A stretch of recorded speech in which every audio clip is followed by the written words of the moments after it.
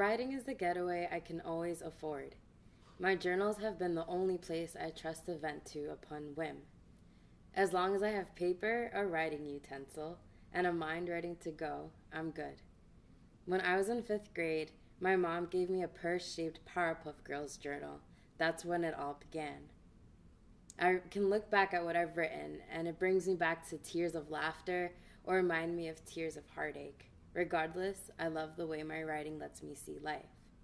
Even back then, I wrote about the places I visited and vacationed at, a lot of those including Florida and Costa Rica. My favorites were Florida road trips because we'd be on the road for like 18 hours and I'd just stare out the window, listen to my music, and pretend I was some sort of dramatic 12-year-old, which I was, but it really wasn't that big of a deal back then.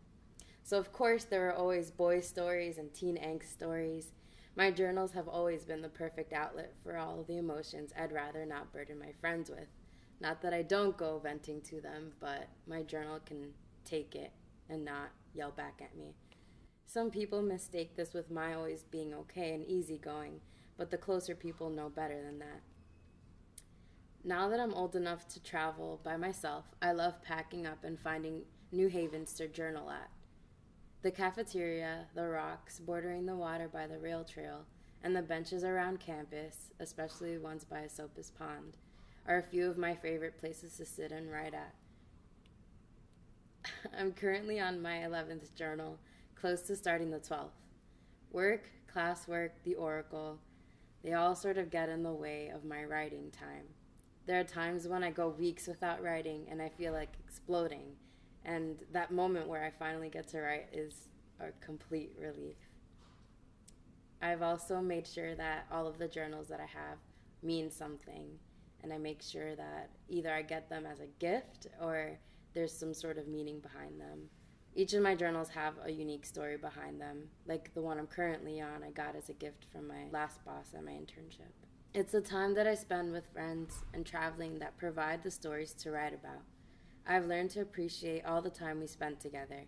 The music shows and concerts, especially the ones my friends are in, the one-on-one night walks, stargazing, especially on the soccer fields, deep talks, good coffee. Those are all my favorite sources of inspiration. I make sure that each of these moments speak for themselves when I write about them. There have been moments where as soon as these things are over, I'll just run to my journal and write and lock myself up and make sure that no one gets in the way of telling that story again. It's cliche, but writing romanticizes these moments, making it even more wonderful to write and read over later on. My journal entries sort of teach me what to do in the future and what I should and shouldn't do, and my writing brings me to this calmer place. It definitely allows me to stop and think for a moment and make sure that I'm not doing anything too rational. And I usually find out that I'm irrational, and it's okay because I know that I'm saying it to myself. My journals have been something to really learn from, and I would love to one day publish them, but I hate people knowing some of these inner things about myself because they're just really personal. But one day I'll let the world know what's going on in this brain.